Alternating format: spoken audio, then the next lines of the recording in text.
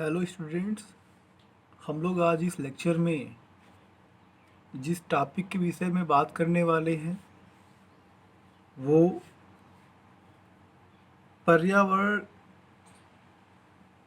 के संरक्षण के लिए जो कानून बनाए गए हैं, जो संगठन काम कर रहे हैं, या उसके लिए जो भी आंदोलन किए गए, जैसे चिपको आंदोलन, नर्मदा बचाओ आंदोलन, या जो भी सरकार की तरफ से आंदोलन चलाए गए, एक बचाव की मुहिम चलाई गई, और जो जंगल में जो भी जीव जंतु हैं, पेड़ पौधे हैं, प्रजातियां हैं, बहुत सारी प्रजातियां विलुप्त प्राय हो चुकी हैं, और बहुत सारी प्रजातियां ऐसी हैं, चाहे वो जीवों की हो चाहे वो किसी चीज़ की, वो संकटग्रस्त हैं।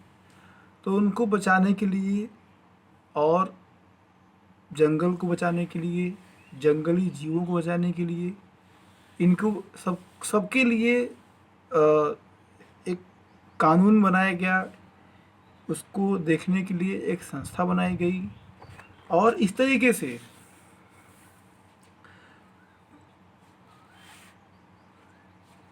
देश के अंदर यानी भारतवर्ष के अंदर इनको हम लोग ये अपना काम करते हैं, और यदि उसके खिलाफ कोई काम होता है तो उसको अपने अधिकार के तहत उसको रोकते हैं, उसका नियंत्रण करते हैं, बचाव करते हैं।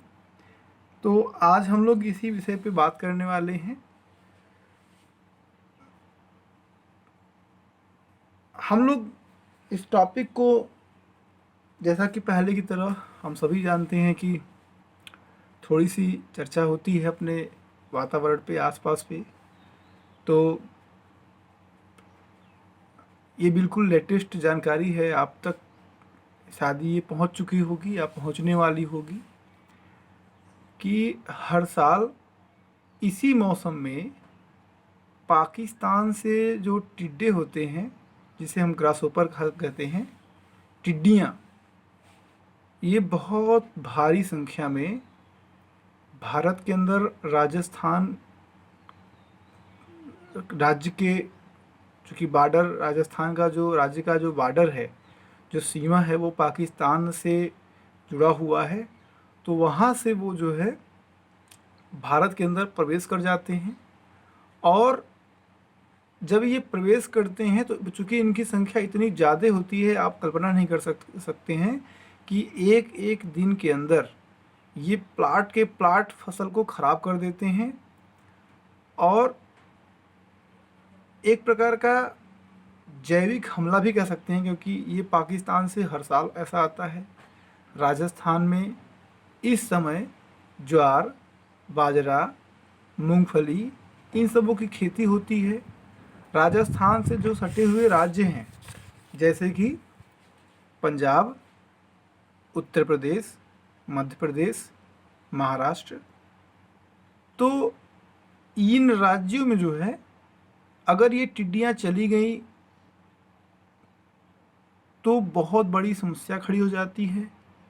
राजस्थान के अंदर इनकी सबसे बड़ी खासियत ये होती है कि अगर ये आप जिस जगह पे आई हैं, अगर उस जगह पे ये अंडा दे देती हैं, या इनका जो घर बन जाता है, तो फिर वो वहीं की रह जाती हैं, वो वापस नहीं जाती हैं। तो इन समस्याओं के लिए अभी आज दिनांक 19 मई 2020 है, और अभी की एक अपडेट रिपोर्ट है कि वहाँ पे बहुत सारे कृषि से जो जुड़े हुए वैज्ञानिक हैं, कृषि क्षेत्र से जो जुड़े हुए वैज्ञानिक हैं, वो राजस्थान में हैं। और जब देश में लॉकडाउन है, देश में लॉकडाउन चल रहा है, देश के अंदर कोरोना जैसी महामारी अपना भयानक रूप ले चुकी है, लगातार संख्या बढ़ रहा है, ऐसे समय में देश के ऊपर पश्चिम से राजस्थान में जो चर्चा किया गया कि काफ़ी भारी संख्या में, बहुत भारी संख्या में टिड्डियों का, मैं इसी चैनल पे एक वीडियो अपलोड करूंगा, आप उसे देख सकते हैं बिल्कुल लेटेस्ट वीडियो है, आप उसकी बिल्कुल निसंदेह रहें कि वो वीडियो लेटेस्ट नहीं, बिल्कुल लेटेस्ट वीडियो है। हमारे एक मित्र ने, जो कि वहाँ पे साइंटिस्ट हैं, उन्होंने भेजा है और वो वहीं पे कार्यरत हैं। तो अब वो झुंड के झुंड जो टिड्डी होते हैं वो फसलों को नुकसान करते हैं, फसलों को नुकसान करते हैं। तो वैसे भी हमारे देश में इस लॉकडाउन में अर्थव्यवस्था वैसे भी काफ़ी कमज़ोर हो चुकी है, खाद्यान्न की भी समस्या उत्पन्न हो जाएगी। अगर फसल खराब हो जाएंगे तो खाद्यान्न की स्थिति उत्पन्न हो जाएगी। तो इन सबको देखते हुए वहाँ पे बहुत सारे देश के वैज्ञानिक, चाहे वो महाराष्ट्र के हों, चाहे वो केरला के हों, चाहे वो कर्नाटक के हों, चाहे वो आसाम के हों, चाहे वो उत्तर प्रदेश के हों, चाहे बिहार के हों, चाहे मध्य प्रदेश के हों, सभी वैज्ञानिक वहाँ पे पहुँच चुके हैं। भारी मात्रा में वहाँ पे उनको मारने के लिए दवाओं का छिड़काव हो रहा है और पूरा प्रयास सरकार कर रही है। उत्तर प्रदेश के अंदर भी हाई अलर्ट जारी कर दिया गया है। जितने भी पश्चिमी यूपी से सटे हुए, यानी जो भी राजस्थान से सटे हुए उत्तर प्रदेश के राज्य हैं, वहाँ पे हाई अलर्ट है कि इस प्रकार की किसी भी समस्या से निपटने के लिए आप तैयार रहिए। और उनको राजस्थान में उसी क्षेत्र में दवाओं के छिड़काव के माध्यम से मारने का प्रयास किया जा रहा है, कोशिश की जा रही है, दिन रात लोग लगे हुए हैं। तो दूसरी तरफ पूर्वी क्षेत्र से, जैसा कि आप सभी अखबार में पढ़े होंगे कि अभी एक चक्रवाती तूफान उड़ीसा के तटीय क्षेत्र पे दस्तक देने वाला है और अभी समुद्र में है, जिसमें जो हवा है वो समुद्र में होते हुए भी उसमें जो हवा चल रही है उसकी रफ्तार 230 किलोमीटर के आसपास है, प्रति घंटे के आसपास है। तो इससे भारी जान माल को नुकसान होने की समस्या, यानी देश के अंदर कहा जाए तो हर तरीके से, प्राकृतिक तरीके से, जीव जंतुओं के माध्यम से, बीमारियों के माध्यम से काफ़ी समस्या आ गई है। और सरकार चूँकि लोकतंत्र है, ये लोकतंत्र में जनता ही सरकार होती है, सरकार ही अपने प्रतिनिधियों को चुनती है। उनके प्रतिनिधियों के बीच में ही एक नेता चुना जाता है, जो कि अपने ही, यानी जनता के द्वारा जनता पर ही शासन करती है। तो इसलिए सरकार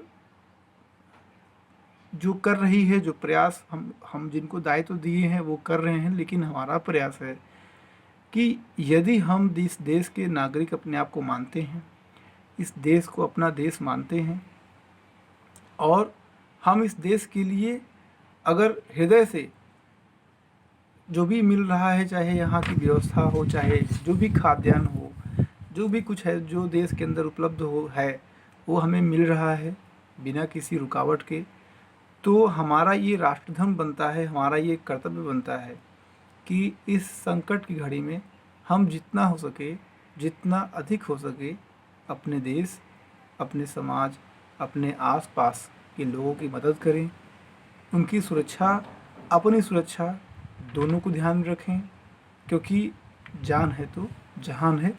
अब हम लोग बात करते हैं अपने टॉपिक से जुड़े हुए। हम लोग आज इस टॉपिक को इस तरीके से समझेंगे कि हमें हर एक छोटे छोटे पहलू के बारे में जानकारी हो। तो पर्यावरण संबंधी कानून पर्यावरण के संरक्षण व प्राकृतिक संसाधनों के उपयोग को नियंत्रित करने में महत्वपूर्ण भूमिका निभाते हैं। पर्यावरण संबंधी कानूनों की सफलता मुख्य रूप से इसी बात पर निर्भर करती है कि उन्हें किस प्रकार लागू किया जाता है। 1912 में ब्रिटिश सरकार द्वारा वन्य पक्षी व जंतु संरक्षण नियम बनाया गया। भारतीय संविधान के अनुच्छेद 21 में भी जीवन के अधिकार की सुप्रीम कोर्ट द्वारा व्याख्या कर स्वच्छ पर्यावरण के अधिकार को भी शामिल किया गया है। स्वतंत्र भारत में पर्यावरण संरक्षण के उपाय प्रथम पंचवर्षीय योजना से शुरू हुआ। जंतुओं के संरक्षण के लिए वन्य जीव संरक्षण अधिनियम 1972 मील का पत्थर साबित हुआ है। तो वन्य जीव संरक्षण अधिनियम 1972 क्या है, हम लोग अभी इसके बारे में चर्चा करते हैं।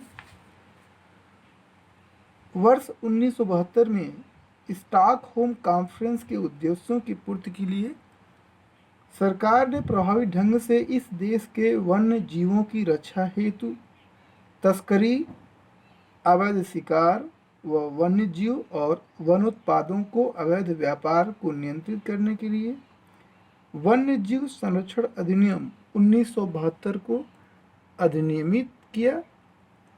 जनवरी 2003 में इस अधिनियम को संशोधित किया गया और इसका नाम भारतीय वन्यजीव संरक्षण अधिनियम 2002 रखा गया।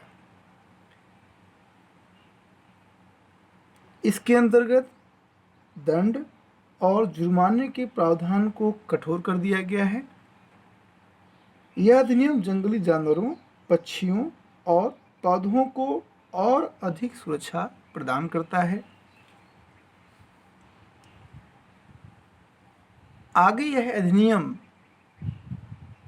जम्मू कश्मीर को छोड़कर पूरे भारत में लागू है। अब जम्मू कश्मीर में भी लागू है। इस कानून में राज्य वन्य जीव सलाहकार बोर्ड, जंगली पशुओं और पक्षियों के शिकार पर नियंत्रण, वन्य जीव सलाहकार बोर्ड के साथ जंगली पशुओं और पक्षियों के शिकार पर नियंत्रण करता है। वन्य जीव से समृद्ध अभयारण्यों एवं नेशनल पार्कों की स्थापना करता है। जंगली पशुओं के व्यापार पर नियंत्रण करना है। पशु उत्पादों जैसे सींग, खाल, हड्डी, दांत आदि पर कानून व कानून के उल्लंघन पर कानूनी सजा का प्रावधान है। इस अधिनियम में 6 श्रेणियां हैं। इस अधिनियम में 6 श्रेणियां हैं। पहला, अनुसूची 1 और 2 में अनुसूची 1 और अनुसूची 2 के भाग 2 में दी गई श्रेणियों के जीवों को नुकसान पहुंचाना संपूर्ण भारत में पूर्णतया प्रतिबंधित है और उसके उल्लंघन पर कठोर सजा का प्रावधान किया गया है। दूसरी श्रेणी जिसमें अनुसूची 3 और 4 आता है। अनुसूची 3 और 4 इसमें श्रेणीबद्ध किए गए जीव भी संरक्षित हैं, लेकिन हानि पहुंचाने पर तुलनात्मक कम सजा का प्रावधान है। इसमें अगर किसी वन्य जीव को आप हानि पहुंचाते हैं तो अनुसूची 1 और 2 की तुलना में इसमें थोड़ा सजा का प्रावधान कम है। अनुसूची 5 में दिए गए जीवों, जो भी अनुसूची 5 में जीव दिए गए हैं, जीवों का नाम बताया गया है, तो उन जीवों का शिकार किया जा सकता है। अनुसूची 6 है जिसमें जो भी श्रेणीबद्ध किए गए पौधे हैं और उनका कृषिगत उपयोग और वाणिज्यीकरण यानी जिसे हम लोग कल्टीवेशन एंड प्लांटिंग पर प्रतिबंध लगाया गया है। इस अनुसूची के तहत ही अधिकारियों को शिकार के संबंध में अपराध निर्धारित कर सजा देने और जुर्माना लगाने की शक्ति दी गई है। अनुसूचित 6 में 1982 में लागू इस कानून के संशोधन ने पशुधन के वैज्ञानिक प्रबंधन के उद्देश्य से जंगली पशुओं को पकड़ने व उनके परिवहन की अनुमति दे दिया है। वन्यजीव संरक्षण अधिनियम 2002 का संशोधन और भी सख्त है। यानी एक तो था वन्यजीव संरक्षण अधिनियम 1972, लेकिन वन्यजीव संरक्षण अधिनियम 2002 का जो नियम है वो बहुत ही कठोर और सख्त है। इस अधिनियम में यानी 2002 में जो है एक नया अध्याय जिसे हम लोग अध्याय 4A जोड़ा गया, जिसमें जीवों के अवैध शिकार और व्यापार से अर्जित की गई संपत्ति की जब्ती का प्रावधान है। इसने सामुदायिक रिजर्व क्षेत्र की स्थापना जैसी नई धारणाएं भी सामने रखी हैं। इसने अनेक परिभाषाओं को बदला, मसलन अब पशुओं में मछलियों को भी शामिल किया गया है। यानी वन्यजीव अधिनियम संरक्षण अधिनियम 2002 के हिसाब से इसके अनुसार जो मछलियां होती हैं इनको पशुओं की श्रेणी में रखा गया है।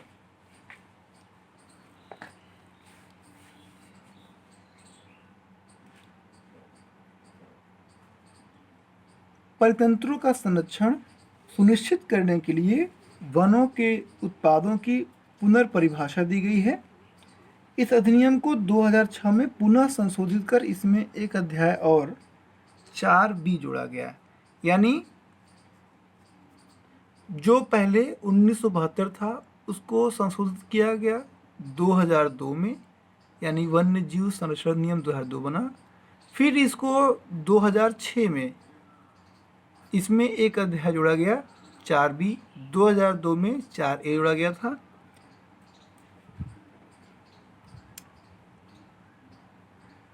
पर्यावरण, वन एवं जलवायु परिवर्तन मंत्रालय ने राज्यसभा में वन्य जीव संरक्षण अधिनियम संशोधन 2013 पेश किया। इसमें वन्यजीवों से संबंधित अपराधों के लिए कठोर सजा तथा भारतीय कानूनों को अंतर्राष्ट्रीय कानूनों, जिसे हम लोग CITES कहते हैं, CITES आदि के अनुसार बनाने का प्रयत्न किया गया। यानी जो हमारा वन्यजीव संरक्षण अधिनियम 2000 संशोधन 2013 था, उसमें जो हमारे नियम थे, जो भी हमारे कानून थे, उनको अंतर्राष्ट्रीय नियमों यानी अंतर्राष्ट्रीय जो नियम बनाए गए हैं उसके समरूप बनाने का प्रयास किया गया। इस संशोधन विधेयक में कुछ परिस्थितियों को छोड़कर पशु जाल के उपयोग पर प्रतिबंध लगाने, संरक्षित क्षेत्रों के प्रबंधन में ग्राम सभा और ग्राम पंचायत को शामिल करने के साथ ही अंडमान निकोबार द्वीप समूह की शिकारी व संग्राहक जनजाति को कुछ हद तक शिकार के अधिकार दिए गए हैं। यानी चूंकि हमको पता है, सभी को पता है ये चीज़ कि अंडमान निकोबार में जनजाति रहती है, तो उस जनजाति का जो जीवन है वो मुख्यतः जंगली खान पान पर भी वो निर्भर है। जंगली जीवों का शिकार करते हैं वो लोग उसी तरीके से। तो उनको संशोधन अधिनियम जो 2013 था उसके तहत उनको ये अधिकार दिया गया है कि वो जंगली जीवों का कुछ हद तक शिकार कर सकते हैं और अपने जीवन यापन को जिंदा रख सकते हैं, क्योंकि वो आधुनिक नहीं है, उनके पास आधुनिक कोई व्यवस्था संसाधन नहीं है, तो इसलिए उनको ये छूट दी गई है।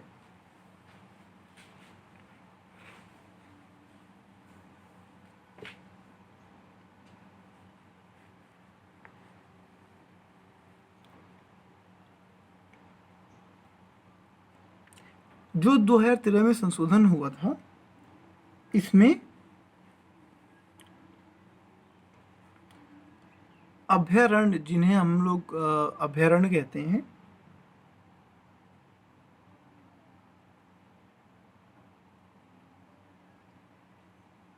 तो इन अभयारण्यों और उसकी सीमा में शिकार करने पर, यानी अभयारण्य और उसकी सीमा में अगर आप किसी जीव जंतु का शिकार करते हैं तो इसमें 5 से लेकर के 7 साल की सज़ा और 5 से लेकर के 25 लाख तक के जुर्माने का प्रावधान किया गया है। ये जो बढ़ाया गया है, इसके पहले इसका जो था वो 3 से लेकर 7 साल तक की सज़ा था और 10,000 रुपये जुर्माना था, जिसे बढ़ा करके 5 से 7 साल तक की सज़ा और 5 से 25 साल तक के लिए, मतलब 5 से 25 लाख रुपए तक का जुर्माने का प्रावधान किया गया है। यदि कोई व्यक्ति अपराध को दोहराता है तो 7 साल की सज़ा होगी उसे, और 30 लाख रुपए उसे जुर्माने के रूप में भेजना पड़ेगा, यानी देना पड़ेगा। व्याघ्र या अन्य संकटापन्न प्रजाति अपराध ब्यूरो, बाघ हमारे देश में अब संकट की स्थिति में आ गया है, तो बाघ और अन्य जो भी संकटापन्न प्रजाति हैं तो उनके लिए अपराध ब्यूरो के स्थान पर वन्य जीव अपराध नियंत्रण ब्यूरो यानी WCCB, वन्यजीव अपराध नियंत्रण ब्यूरो का गठन किया गया है। किसके स्थान पे? व्याघ्र और अन्य संकटापन्न प्रजाति अपराध ब्यूरो के स्थान पे। अब हम लोग बात करते हैं कि पर्यावरण संरक्षण अधिनियम 1986 की।